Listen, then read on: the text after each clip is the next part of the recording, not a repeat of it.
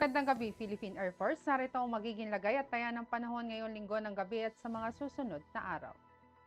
Sa kasalukuyan, naasahan natin ang patuloy na pag-iral ng shearline, partikular na apektado pa rin ito ang silangang bahagi ng Southern Luzon, maging ang malaking bahagi ng Visayas. Samantalang sa iba nalalabing bahagi naman ng Luzon, naasahan natin ang patuloy na pag-iral ng Northeast Monsoon o hanging amihan. Aasahan nga natin dulot ng shearline, aasahan pa rin bukas ang patuloy na maulap na kalangitan na may kalat-kalat na pag-ulan, pagkidlat at pagkulog, partikular yan dito sa Catanduanes, maging sa Albay, sa Sorsogon, ganoon na rin sa Masbate at sa Visayas. Samantalang sa Metro Manila at iba nalalabing bahagi ng Luzon, aasahan naman natin ang bahagyang maulap hanggang sa maulap na kalangitan, ngunit may mga posibilidad yan ng mga mahihinang pag-ulan, dulot nga yan ng Northeast Monsoon. Dito naman sa Mindanao, aasahan din natin bukas ang patuloy na generally fair weather, bahagyang maulap hanggang sa maulap na kalangitan, ngunit di natin inaalis sa mga posibilidad ng mga pulupulong pag-ulan na kuminsan ay may pagkidlat at pagkulog, dulot naman yan ng localized thunderstorms.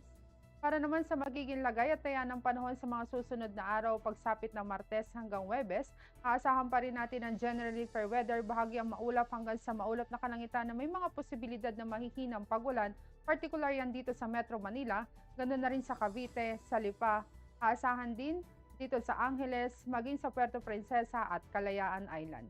Samantalang dito naman sa Mactan, naaasahan natin pagsapit ng Martes sa maulap na kalangitan na may kalat-kalat na pag-ulan, pagkidlat at pagkulog, at asahan pagsapit ng Miyerkules, generally fair weather ang ating aasahan.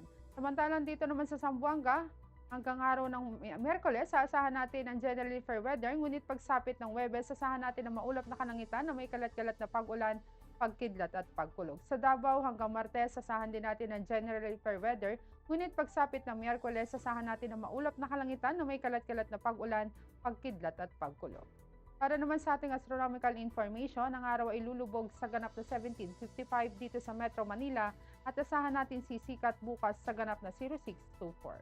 Para naman sa ating moon illumination, meron tayong 100%. At para manatiling updated sa lagay at taya ng panahon, i-follow lamang ang Air Force Weather Center sa aming mga official social media accounts. At sa ngalan na aming commanding officer na si Colonel Alvin John Cugador, Philippine Air Force General Staff Corps, I'm Staff Sergeant Chesa C. Cuenca, Weather Broadcaster ng Air Force Weather Center. Muli magandang gabi, Philippine Air Force.